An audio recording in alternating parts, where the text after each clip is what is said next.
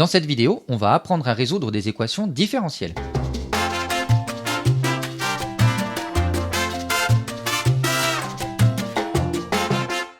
Il y en a plusieurs types. On va commencer par celle-ci. Celles de la forme y' égale ax ont pour solution des fonctions de la forme k exponentielle ax où k est un réel. Par exemple, on veut résoudre l'équation différentielle suivante. Alors elle ne ressemble pas à ce qu'on vient de voir, donc on va se ramener à une équation homogène. Et par équivalence, on obtient y' égale moins 5 tiers de y. Les solutions sont de la forme k exponentielle de moins 5 tiers de x. On a une condition initiale, y1 égale 2, ce qui nous donne un réel k égal à 2 exponentielle de 5 tiers. Donc ainsi, les formes de nos solutions sont 2 exponentielle de 5 tiers fois exponentielle de moins 5 tiers de x. Deuxième type d'équation différentielle, les équations linéaires. Cette fois, les solutions sont de la forme k exponentielle ax moins b sur a. Par exemple, on veut résoudre l'équation différentielle suivante. Ici, notre réel a vaut moins 0,5 et b vaut 1. Les solutions sont donc de la forme k exponentielle de moins 0,5x plus 2.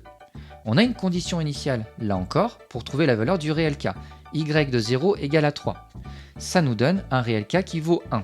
Et on obtient la forme suivante pour les solutions de notre équation différentielle. Dernier cas de figure. On se donne un réel a et une fonction f définie sur un intervalle i de r.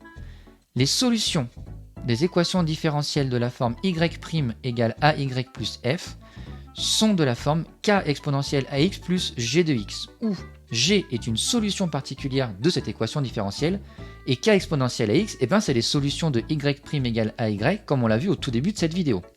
Donc finalement, la méthode pour ce type d'équation différentielle, ça va être tout d'abord de trouver une solution particulière, puis de déterminer l'ensemble des solutions en se ramenant à une équation homogène y' égale ay. Par exemple, on veut résoudre cette équation différentielle.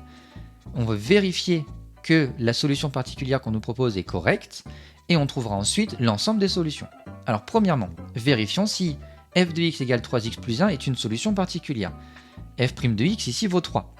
On remplace dans notre équation différentielle f' de x moins 2f de x, ça nous donne moins 6x plus 1, donc c'est bon, ça fonctionne, c'est bien une solution particulière.